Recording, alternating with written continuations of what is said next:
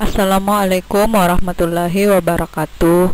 Bagaimana kabarnya? Semoga selalu dalam keadaan sehat dan semangat di masa pandemi ini. Walaupun kita belajar hanya melalui media daring, semoga tetap semangat menimba ilmu. Semoga ilmunya berkah dan bermanfaat dan insya Allah menjadi amal jariah. Amin. Pada pertemuan pertama di semester ganjil ini, kita akan membahas materi tentang konsep wilayah dan tata ruang.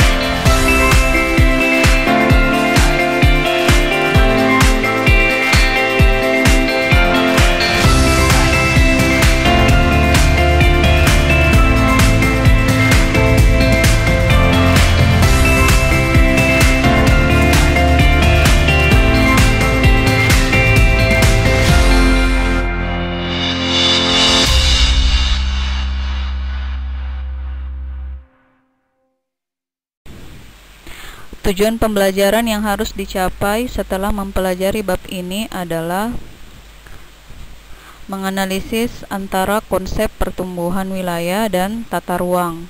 Yang kedua, menganalisis pembangunan dan pertumbuhan wilayah, menjelaskan perencanaan tata ruang nasional, provinsi, dan kabupaten. Yang terakhir, menjelaskan permasalahan dalam penerapan tata ruang.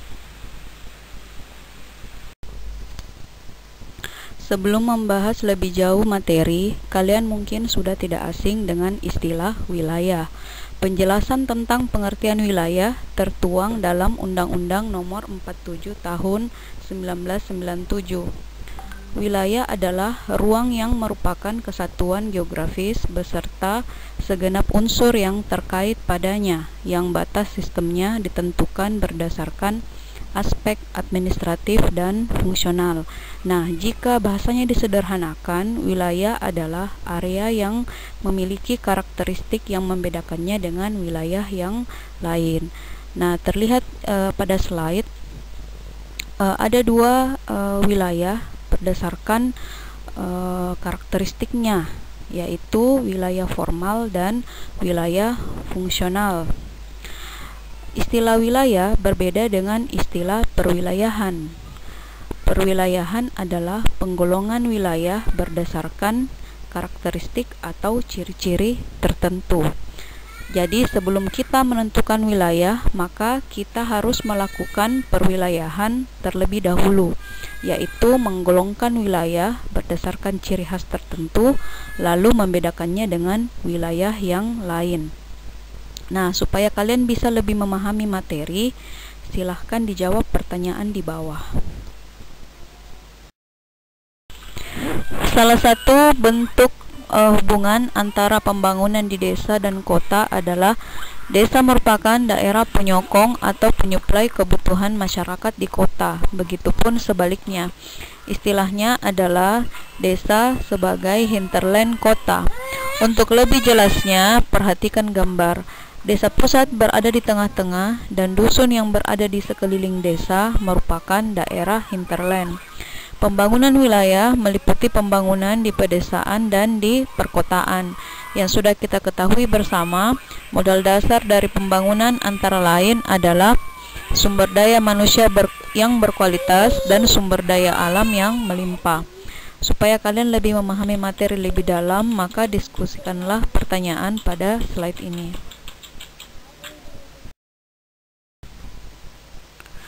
Pembangunan di desa dan perkotaan idealnya harus sejalan, tetapi pada kenyataannya pembangunan di Indonesia sebenarnya masih belum merata.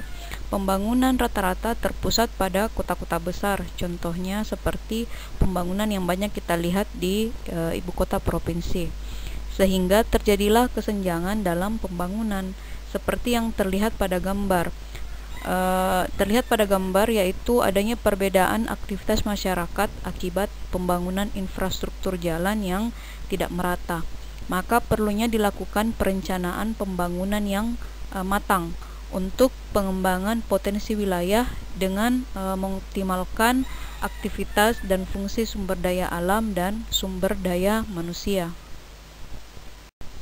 Pada slide ini menampilkan pengembangan sektor ekonomi agraris atau sektor ekonomi yang berbasis pertanian untuk pengembangan potensi wilayah di pedesaan yang sangat potensial untuk dikembangkan untuk mendukung pembangunan di pedesaan, yaitu seperti kegiatan agrobisnis, agropolitan, dan agroindustri.